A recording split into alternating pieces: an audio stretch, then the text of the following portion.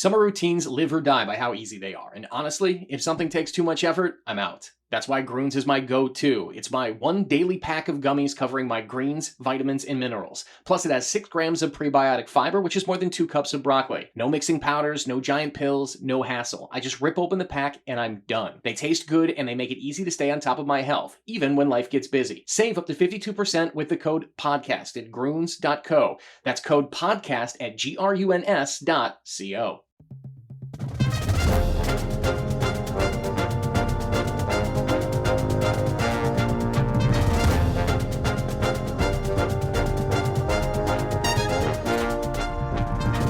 It's the Go Gopher podcast with Mike Grimm, episode number 44. I am Mike Grimm, voice of the Golden Gophers, and welcome back to the podcast. We're talking Golden Gopher football once again this week, and are specializing in a specialist, kickoff man Dragan Kesich. He'll tell us about scoring 100 goals in a youth soccer season, his love for basketball, his Serbian heritage, trash talking with teammates, and how much fun he's having playing Golden Gopher football. Our Go Gopher podcast is presented by alumni-owned Sunbelt Business Advisors and True North Mergers and Acquisitions. If you're a business founder planning to exit your business, start by contacting Sunbelt Business Advisors and True North Mergers and Acquisitions. Sunbelt serves more businesses up to $5 million in revenue than anyone, and True North M&A serves companies with revenues up to $150 million. Get a confidential, no-cost, no obligation business valuation started today. Make the most of your life's work. Visit sunbeltminnesota.com or tnma.com today. Servant leadership is their company motto, impacting the community in a positive manner. The Go Gopher podcast with Mike Grimm is also sponsored by Affinity Plus Federal Credit Union, making it easier with local financial experts available to help in person or virtually. Learn more at affinityplus.org/GoGophers. Our podcast is also sponsored by State Farm agent Tony Hoagland at ChamplinInsurance.com. I invite you to subscribe to the podcast. It's free to click the subscribe button and free to listen at any time. You can go back and listen to past podcasts as well. That includes last week's show where we had one of our very best episodes ever. We talked with Golden Gopher receiver Chris Ottman-Bell. You'll want to go back and hear it. This week we're talking Golden Gopher football once again. It's the Go Gopher podcast episode number 44. We have Gopher big-footed kicker Dragan Kesich. But first, a word from Tony. Hey Gopher fans, this is your State Farm agent Tony Hoagland. We are super excited to be part of the new Mike Grimm Show on Talk North. For the year of 2022, we will be donating $10 to the University of Minnesota Children's Masonics Hospital for everyone that calls our office or checks in with us online and mentions that they heard about us on Talk North and the Mike Grimm Show. We are really excited again that Mike came on board with Talk North. You can reach us at 763-421-4900. You can find us on the web at ChamplinInsurance.com. Again, 763-421-4900, or find us on the web at ChamplinInsurance.com. Roll the boat, Sky Yuma, go Gophers. It's episode 44, the Go Gopher podcast, and we are thrilled to have with us Dragan Kesich, the Golden Gopher kicker, who is amongst the nation's leaders in touchbacks, and of course has all kinds of cool things going, including videos, Camp with Kesich, all that stuff. Dragan, hello. How you doing? Good. Well, so this is fun. We had another specialist, Mark Crawford, on, the punter, I don't know, a month or so ago, and he told us a lot of good stories about you guys as specialists hanging out and practicing, and you guys kind of got your own little world there for much of practice. So how much fun are you having here around this Gopher program? Because you're certainly having an impact. I think it probably goes overlooked some.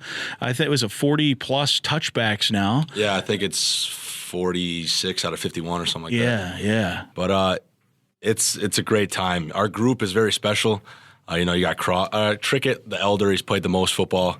Croft, the eldest, being 28, 29 years old. Brady, Sully, Sham, Jacob. It's a great group.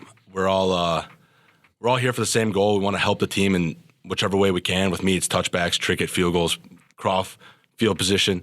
So I know at practice we're kind of off to the side doing our own thing, but that's how we get better.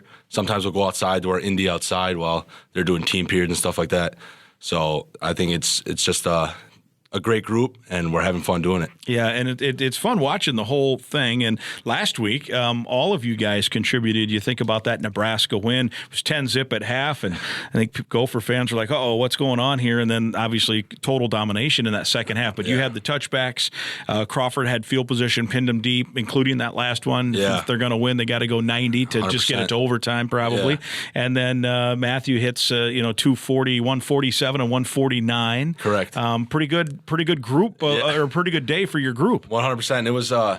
It was weird because in the wind was pretty tough going to the tunnel we came out of. It was pretty tough. So Trickett hitting that 47-yarder was pretty big time. It was I don't know. We talked about like maybe a 50-mile-an-hour wind going that way, but he crushed it. Hit a good ball. Crawford, he took the heavy load into the wind, but he was able to hit some good balls, and then the rest was history. Yeah, I was. We actually made a comment, I think, on the radio. The Nebraska punter, I think, had like 55-yard average, but I think he was 4 or 5 punts, all with that every single strong one breeze, was, right? Every single one. We're like, come on. He got it in there. Yeah. And then poor Crawford, I think he was maybe half and half, maybe a little more into the wind, but that said, he did what he had to do, certainly, and pinning them deep a couple of times. I think it was 3 at the 11-yard line or in. So, and that's all part of it. Now, obviously, it's a big part of special teams. I want to go back all the way. Let's talk about Dragan Kesich as a youngster. When did you realize you had a good leg? And was it football, soccer, both? What can you tell us about that? It was soccer. So I grew up in a soccer family. My dad grew up in Europe, and he played soccer his whole life. I have an older brother who played soccer. He played Division II soccer at University of Wisconsin Parkside, and growing up, everybody knew I had a strong leg. Like, I was scoring goals from half field, goal kicks. My dad was really good friends with a lot of the coaches that we play against, and their game plan was just not to let me shoot. And from then I was like, okay, maybe I can go somewhere with this.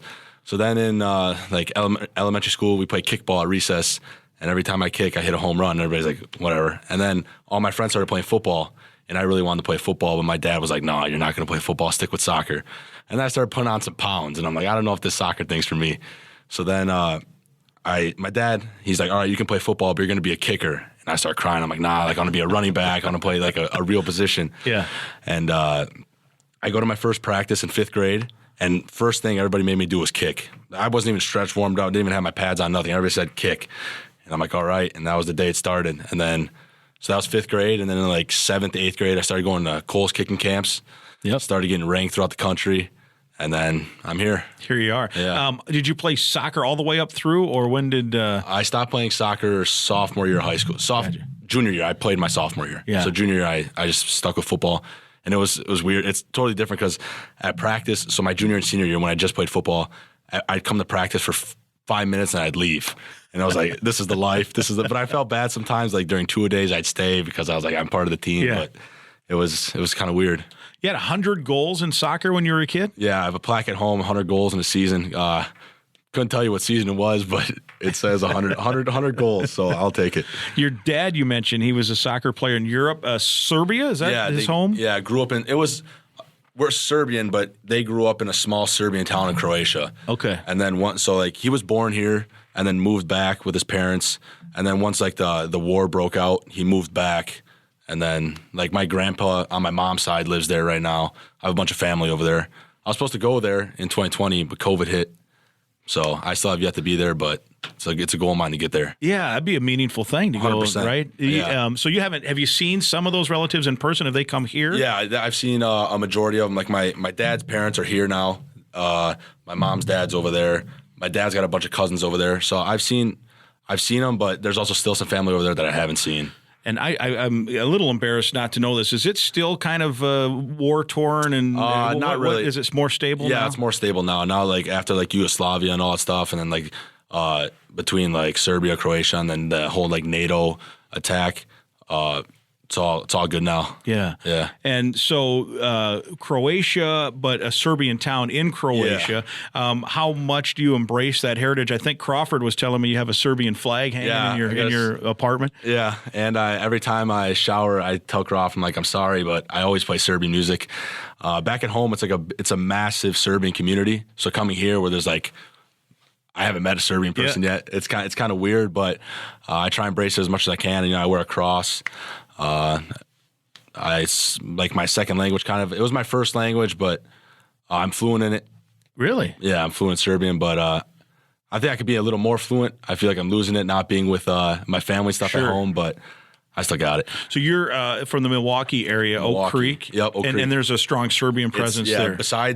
I'm pretty sure besides Chicago, it's the second biggest in the United States. Gotcha. It's massive. So when you're around that, I'm assuming your father speaks Serbian? Yeah, and mother and brother. My whole family, yeah. So your dad was born here, but then his family moved back. Was your mom? She was born here as well. And then she went over there like a couple times when she was younger. Yeah. But it's cool being bilingual. Yeah. Trilingual. I took German in middle school, but so you got a little German too. A little German, but so can you? So like just for the fun of this on the podcast, what can you say something like the Golden Gophers beat the Northwestern Wildcats Saturday or something in Serbia or in Serbian? Minnesota Golden Gophers su pobijedili protiv Nebraska u subotu. So what did you just say there? Minnesota Golden Gophers beat the Nebraska.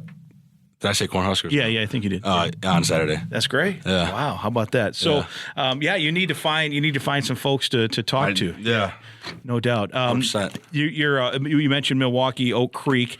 How was the recruiting process? And you said you went to the kicking camp starting when you were at middle school. Yeah, about like 7th, 8th grade. I think I started going, but slow process for a specialist. You're not really like highly recruited. So a lot of times, right, teams don't want to offer scholarships to specialists until they're on for a year or two, right? And it's like you got to be in the right grade. Like I know, so I was a class of 2020. A lot of people in the class of 2019 got scholarships.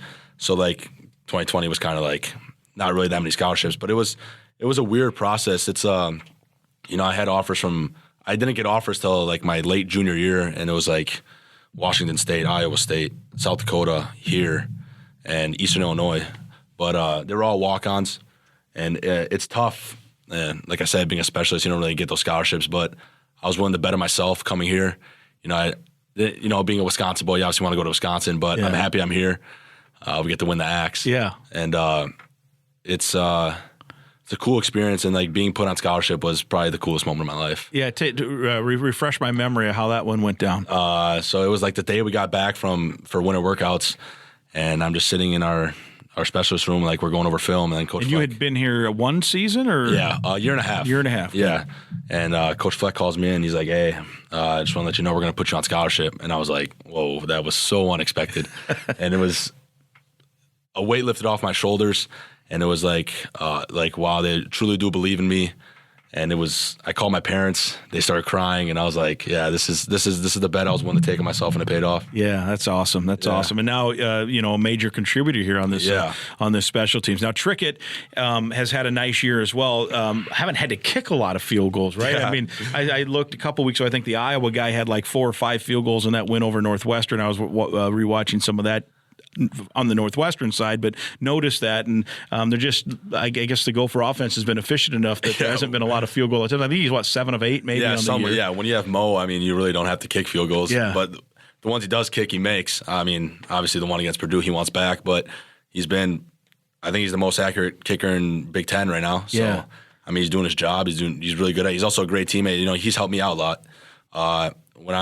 When he first got here, he taught me so much about like field goal kicking, and like it's improved my game so much, and I can only thank him. So yeah, and how is that? I know PJ's talked about even like with the quarterbacks. Obviously, you'd love to kick field goals, right? 100%. And eventually, that's going to be your job here, right? Yeah. But so right now, it's a competition, but it's I forget what the term PJ usually says. Compete with, not against. I think is the thing. So how is that relationship in the kickers room? It's a great relationship. Nothing but love for Trickett. He every time we watch film, he always gives me these little pointers. He's like the most technically sound dude I've ever met in my life. Me, on the other hand, I just go out and kick the ball. You've just got the I just kick it. He'll ask me for tips on kickoffs, and I'm like, I'm sorry, I can't help you. I just kick the ball. Like I don't know what to do. But him, on the other hand, like on field goals, he can point out to me if my foot's too far forward, if my knee's not locked down on contact, if my plant foot's too deep.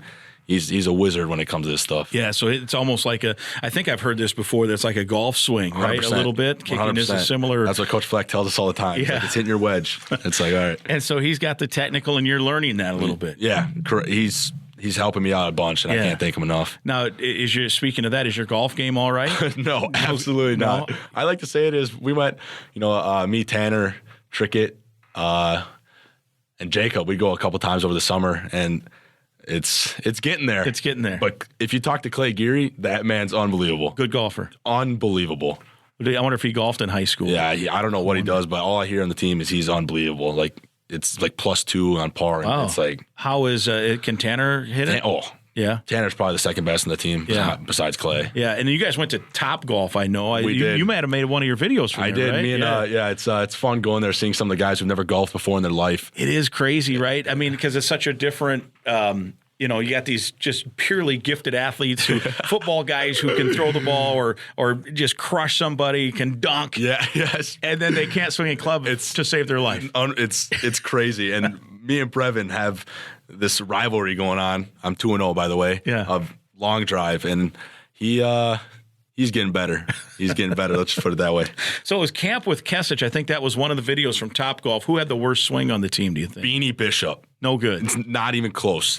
And actually, Beanie Bishop and then Jalen Logan Redding. Yeah, they couldn't swing it. No, they can't swing it. Well, they can play football. They can, indeed. Yes, they can. I mean, Beanie can tackle, man. Yes, he can. Holy cow. Beanie's a player. I mean, he has no problem tackling people, there's no doubt. And, of course, Jalen Logan Redding, each week you can see progression with him from his defensive end spot. What were some of your other favorite Camp with Kesich's videos? And I'm sure they're still posted, so if people haven't seen them, why haven't you seen them? But two, go track him down. Yeah, it's one of my favorite parts was when we brought in Hockey Mom's brownies. I don't know if you've ever had Hockey Mom's brownies before in your life, but it's the best brownies you'll ever eat in your life. The best brownies you'll ever eat in your life. Shout out Hockey Mom's brownies. No free shout outs. But I think when we went to the water park, that was really fun. I don't think that was a Camp with Kesich though. Whirly ball. That was my first time ever doing whirly ball. I don't even know what that is. It's like, so you sit in bumper cars and you have like I don't know how to describe it. You have a plastic ball and you have like a kind of like a racket, like a lacrosse kind of racket thing. And there's like a massive board that looks like the backboard of a basketball hoop. And you got to like throw the ball at the board and you get a point. So it's like 6 people on each team and you get like bumper cars, but you got to try and score it in the basket. Wow. Yeah, it was actually Where fun. is that? Oh. Not sure.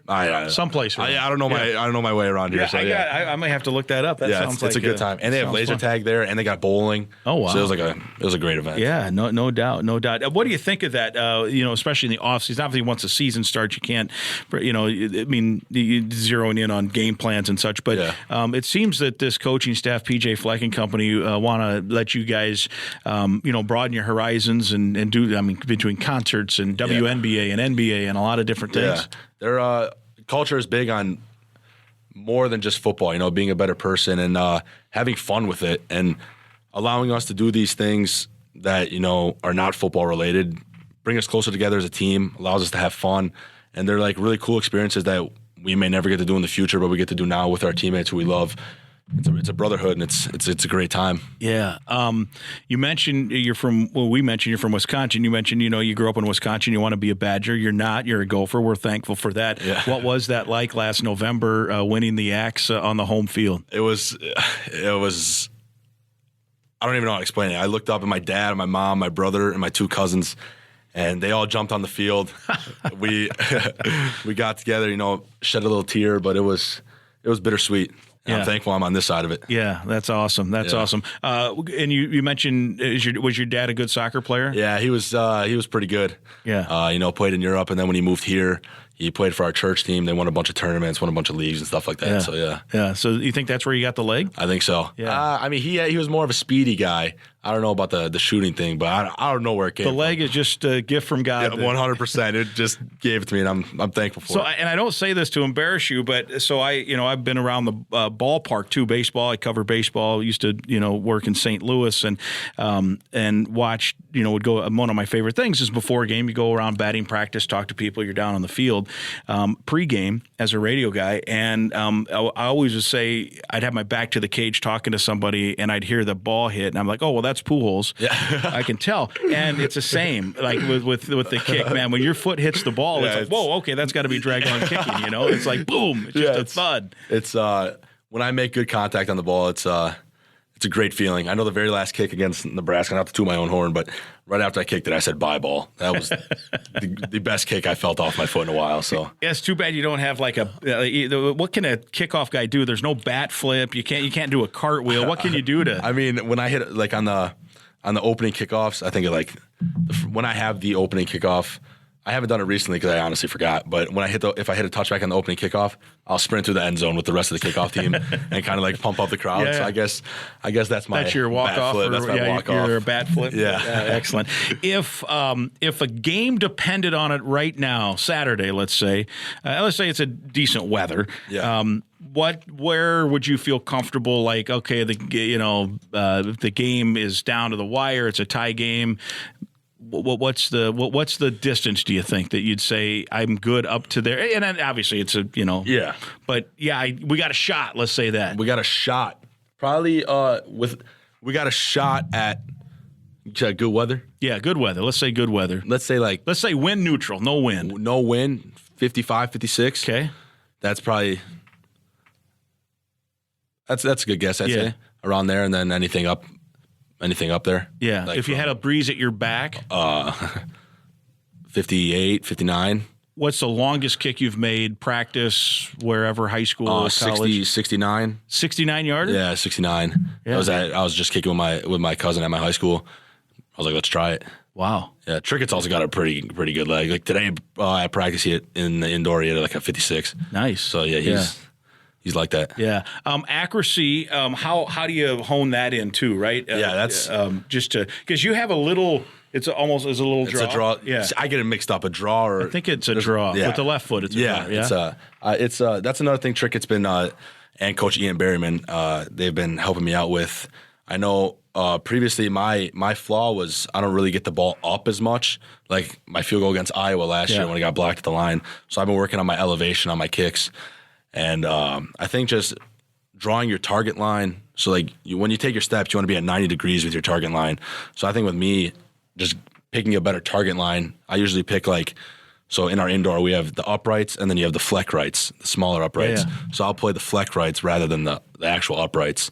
And, obviously with wind, that'll play a factor. Yeah. But, that's the process. I always get a kick, too, if I'm walking before practice outside the indoor. You guys are always there early. Yeah. And I can hear those balls banging from the inside. Yes. Of it. I'm like, oh, the kickers are in there working. We don't put the nets down, so and there's a lot of balls stuck up there. Up on that little catwalk. Yeah. Right? Yeah. So we try and get those down, but there's probably one stuck a practice. So. You mentioned that Iowa thing because it happened quick, right? It was like a fourth down, punt, go.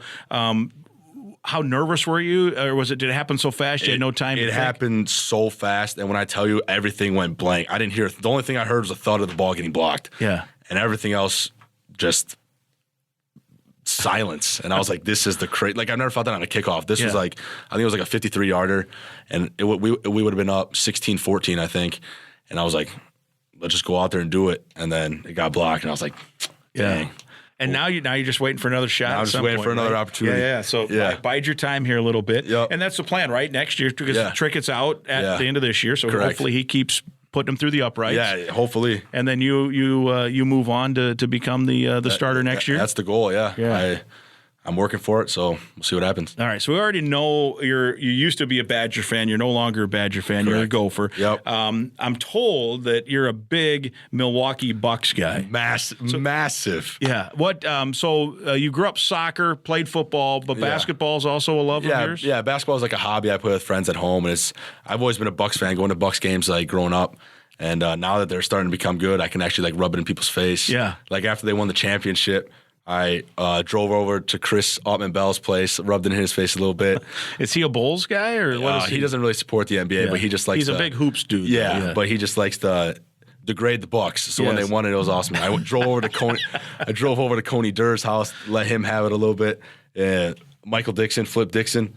He had it a little bit, so it was good when they finally won because I finally got the taste of the glory. Jab him a little bit. Exactly. Now, I know some of these guys do play some pickup ball. Do you get involved in any of those games? All the time. Okay.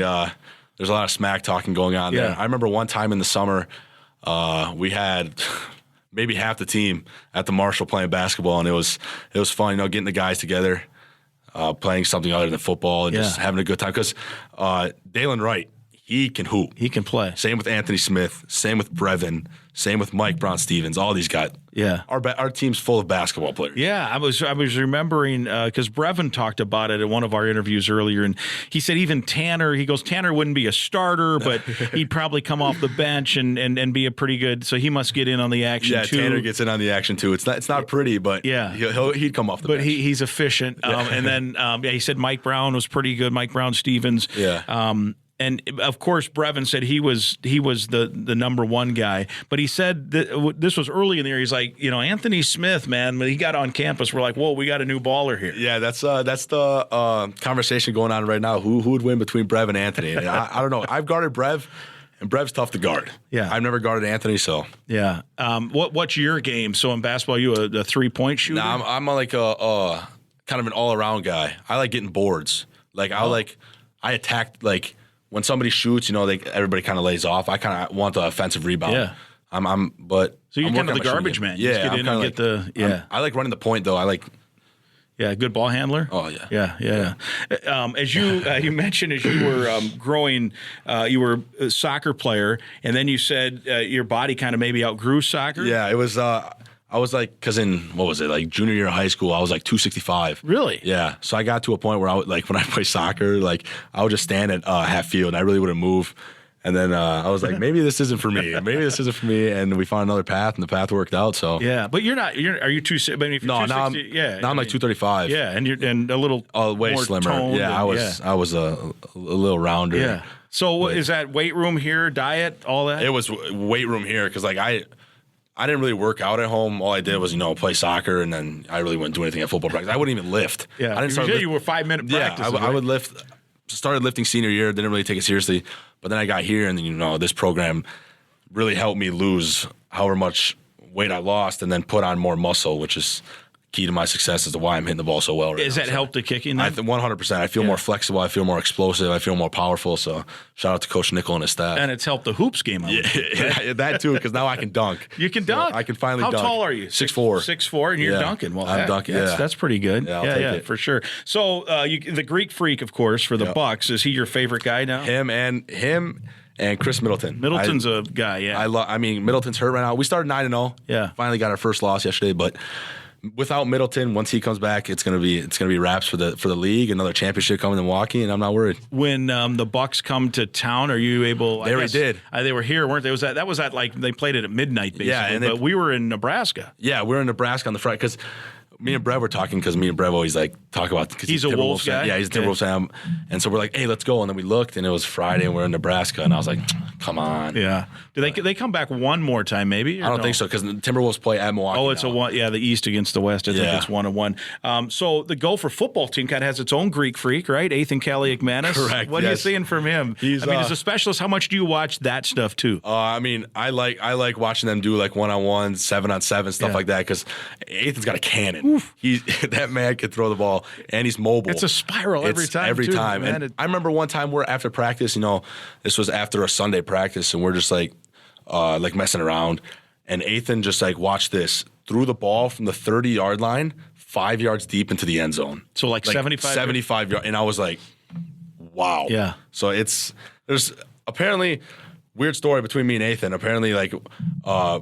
My uncle and his cousin were like engaged. So like him and I were like, she used to hang out with them, and I'm like, do you know who this is? He's like, yeah. I'm like, small world. That is a small world. Yeah. That is pretty good. So yeah, you got the Greek Freak. Now I got to ask you too, what about your Packers? Listen. What? Marcus Hendrickson and I talk about this all the time. Yeah, Marcus is what is it? He's like recruiting, something like director of player personnel, yeah, something like that. Yeah. Now he and I went to the same college. Really? Yeah, we went to Luther College down in Iowa. Now he's way younger. I'm an old man. He's a young. He played linebacker. I just was a baseball player there. But and then his older brother Milt, who works for the Packers. Yeah, correct. He and I were teammates at Luther. Really? He played first base. I was the right fielder. Wow. I was always messing up in right field. And Milt would have to hit a home run to save the day. But anyway, so that's people don't know who Marcus is if they don't know. He's been a guest on on this podcast before. Awesome football knowledge. Awesome. So he's a Wisconsin guy too. Yes, massive Packer fan. So you guys have discussed this. Yes. Sorry to interrupt, but I had to get the 100%. groundwork set. Yeah, it's been tough for sure. You know, I'm a loudmouth when it comes like in the locker room stuff. I like bragging about Wisconsin sports, except the Badgers. I like bragging about Wisconsin sports. So when they lose, I hear about it from everybody. Oh, how the Packers doing? Blah blah blah blah. And it's like, oh my goodness. But like this season, it's been tough watching them without a receiver. You know, getting rid of Devontae Adams without a receiver. It's, you know, Aaron Rodgers throwing 3 picks last game against the Detroit Lions. Like all in the red zone. All in the red zone, and I was like. I wonder in his career if there's no way there's no way. I think that's the worst game of his career. Yeah, that was unbelievable. Do you think he's lost it? I'm gonna say no because I still have faith. Okay, I don't think he's lost it. I think we're gonna pick it up. I think we're gonna start running the ball more because we have 2 great running backs in AJ Dillon and Aaron Jones. But I think we're gonna pick it up. I don't even know if it's possible, but I think we'll make the playoffs. You really? Yeah, playoffs. I think so. I'm gonna stay optimistic about it. You know, the Vikings are doing very well. Yeah, respect. Cody Lindenberg, respect. Now their schedule though does pick up now. Buffalo and the Cowboys, and you know. However, Josh Allen may be out. So yeah, that's true. And they've gotten a little lucky because they got the Dolphins back up. Correct. As well. Well, they got actually both of them because then Teddy Bridgewater ended up coming in. So, so Marcus's brother Milt, who I talked about, he's the assistant GM. Yeah. So do you give Marcus any hints to tell, hey, Milt, go draft a receiver here, right?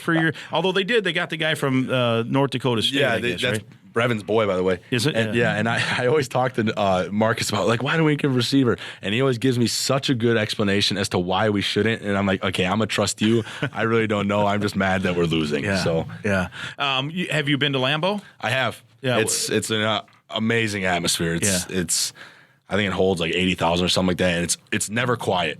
Which is epic. How often do you get to go? Or I've only been like once or twice. Yeah. I haven't really been that much. I mean, it's like a 2-hour drive for me, but like I just never had like up through high school. I think I went like 2 times in middle school, and that's about it. Yeah.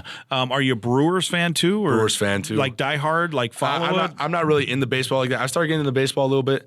But I wouldn't say diehard, but I'd say I'm a Brewer fan. Did you play baseball? No, I never played baseball. No. Because I was thinking with your left foot, I wonder if you have an arm. Listen, me and you have the same brain because every time I think about it, I'm like, I should have been a pitcher. Yeah, lefty pitcher. Because lefty pitchers don't even have to throw hard No. You could be making a living in the league throwing 82. Exactly. I told my dad so many times because I told him I wanted to play so many sports in high school. I wanted to play basketball. He said, no, I don't want you getting hurt. And protective parent. Yeah, respect. But at the same time, you should have let me play baseball. Yeah. I want to see, you never know. So you've thrown a baseball. Yeah, I've thrown a baseball. Does it come out of the hand good? I got some heat? I think it does. But yeah. Well, wouldn't it be a story if all of a sudden the Gopher kickoff guy picks up a baseball and we find out he throws 94?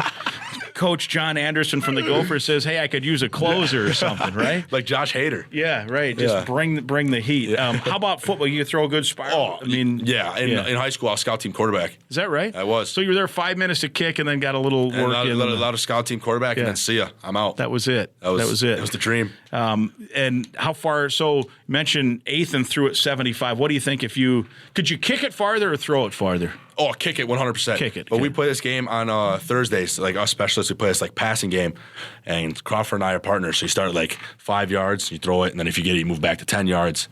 And Crawford and I, without taking a step, so far as Crawford and I have got to is 45. So I think I could throw it like maybe 55. Wow. 50, 55. That's a pretty good arm. Yeah. Yeah. I want you to work on baseball. I will. Okay. For sure. I have a baseball in my apartment. There you go. You got a glove?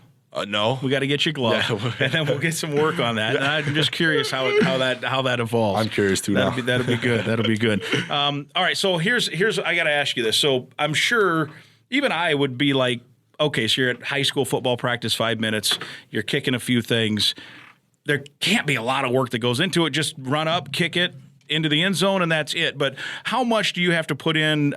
Here's, Coach Wenger will say, here's the return guy. Here's where you got to kick it.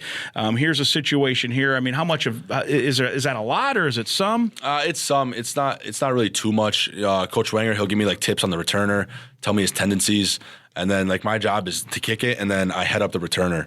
So wherever he goes, I go. And I mean, I trust the guys around me, the other 10 guys around me. we have a really good kickoff coverage team. So if it doesn't go in the end zone, then I put faith into those guys. Are you the last hope though if something happens to pop? I'm the what's the word? The cushion. The cushion? Yeah. Well, let's hope that it never gets to that, but do you feel confident you'd be able to make the tackle? Oh, yeah. I put my shoulder into a guy against Rutgers. That was probably one of the coolest moments. Well, don't get hurt, man. Don't get hurt. Did you ever play position? No. Oh, well, yeah. In 5th grade to 8th grade, I was everywhere because I was like running back, O-line, linebacker, D-line, just everywhere. Without giving away too much, because I'm sure that the coaches don't want a lot out there, but are there also – because now I think analytically it's just like don't risk a return, boot it out of the end zone, and if somebody drives 75 on you, tip your cap and call it a day. That's better than, okay, kick it, guy takes it at the 8, goes 50 or 100 or 92 or whatever. But I'm sure there are some plays in there where, if you pop it up high, maybe you pin them at the 16 instead of the 25. How much do they have to talk to you on that in terms of what kick to use and when? Seems mostly now it's, hey, just kick it out of there. Yeah, we'll take the touchback as much as possible. Just like you said, no risk of return. You get them at the 25, and we have a really good defense. So, like you said, making them drive 75 yards is pretty hard on a Coach Rossi-led defense. Right. With all the players on defense like Mariano, Cody Lindenberg, all those guys. So it's definitely just like a kick it and hopefully goes to the end zone. So the other thing I want to ask you about is, and maybe again you don't want to talk specific how it works, but how often do you work on like onsides because you want that high bounce? And I don't know if you were Trickett or whoever, maybe they don't want anyone to know, but how much do you work on the kick? Is there some luck involved with each kick? That's my thing with onside. I talk with Coach Ian Berryman all the time. It's onsides are. I personally feel like it's all luck. You could hit a good ball and it just doesn't catch that hop. Yeah. Or you could hit a bad ball and it catches that hop. So, I try and hit them a couple days throughout the week to try my best to, get the same ball over and over again, but you just can't. Right. It's all luck and where the ball hits the ground and if it's going to get that big pop or if it's going to stay low. And you don't want to really hit it hard or can you take advantage of leg strength and bounce it hard? It's tough because if the ball bounces once, so let's say I hit it into the ground once and it goes 10 yards, they could fair catch it. Yeah, that's a rule that a lot of people don't know. Yeah. It has to take a second bounce. Yeah. And then but if it hits the ground first, off that first bounce, it goes 15 yards up, fair catch. Yeah. Yeah. So I try and, keep it low, and then it hits a high bounce late. Yeah. But sometimes it doesn't happen. Sometimes it does, and it's the luck of the draw. I saw a game the other day where the kicker spun it. It looked like a bottle spinning. We call it a watermelon. He put it flat on the ground. Yeah, and it went about 5 yards, so it never had a chance. But I'm like, I see what he was trying to do there. Yeah, Nebraska does that. Do they? And if you can hit it well, it's so hard to catch. Sure. As the hands team. Yeah, it's tough. Yeah. So do you guys practice? I'm not mastered at that. You're doing want like what we did against Penn State. Yeah. And then they obviously you hope that whoever it is, whether it's Mike Brown-Stevens, whoever the outside guy is, they block it up, and then the outside guy can go get it. Yeah. That's the goal. Very good. So, but it doesn't take up a lot of your practice time. No. So you got Serbian music in the shower. I got to get back to that for a second. Is there what? Is it rock music? Is it a band? Is it an orchestra? It's so many different. There's individual artists. It's I give it the music I listen to. I love old Serbian music, like 80s to 90s. Really? I begin into the early 2000s, but it's I'd say it's if you think about R&B and in the 2000s to 2010s here, when you think about Sean Kingston and not so much the rap now, the more the what's the upbeat kind of best thing I can give it is Sean Kingston and hip hop, maybe. Hip hop stuff like that. Yeah, but it's just in Serbian. Yeah. So and they're from Serbia. It's a group. Who are the hot groups from Serbia? There's a bunch of. I listen to more individual people. So you got Rasta, who's equivalent to like a J. Cole, like a rapper, and the people I'm listening to her name's Dara Bubumara. She's say that again. Dara Bubumara. Wow. And it's she's more like a who's an old woman singer. I was gonna say Adele, but I don't know. But yeah, there's a lot. I went to my last year after the bowl game. I went to my favorite guy, Boban Rajovic. He's a great singer. I went to his concert. Really? And he actually took my phone and he recorded off his phone. Where was that? Chicago. Really? Yeah. Wow, that's cool. It was great. And they sing in the Serbian language, Yeah, of they course, sing in right? Serbian, yeah. And you got that down? I got it down. All right. Well, say goodbye to our listeners in Serbian. Vidimo se posle. That's the way to do it. It was fun. Thanks, man. Oh, I do want to mention we have a $100 gift card for your appearance here thanks to our friends at Affinity Plus Federal Credit Union. They proudly served Minnesota since 1930. I want to tell you as well that as a current Gopher student or proud Gopher alum, all of you are eligible to join a financial that wants to build a meaningful banking relationship. They put you first. Meet with a local employee at any of the branches all over the state, including one right here off of University Avenue near campus. To learn more or find out another way to connect, here's the webpage, affinityplus.org/go Gophers. Affinity Plus Federal Credit Union, federally insured by NCUA, so enjoy the gift cards. Thank you very much. Appreciate it. It was awesome. Thank you. Thank you. Dragan Kesich, episode 44. How much fun was that? Dragan Kesich, the Gopher kickoff specialist. What a fun personality and a talented player. I hope you enjoyed listening to our conversation as much as I enjoyed being part of it. The Go Gopher podcast, as always, is presented by Sunbelt Business Advisors and True North Mergers and Acquisitions. If you're buying or selling a business, visit sunbeltminnesota.com or tnma.com today. They should be on your team roster. We're also proud to be supported by Affinity Plus Federal Credit Union, your local credit union throughout the state of Minnesota.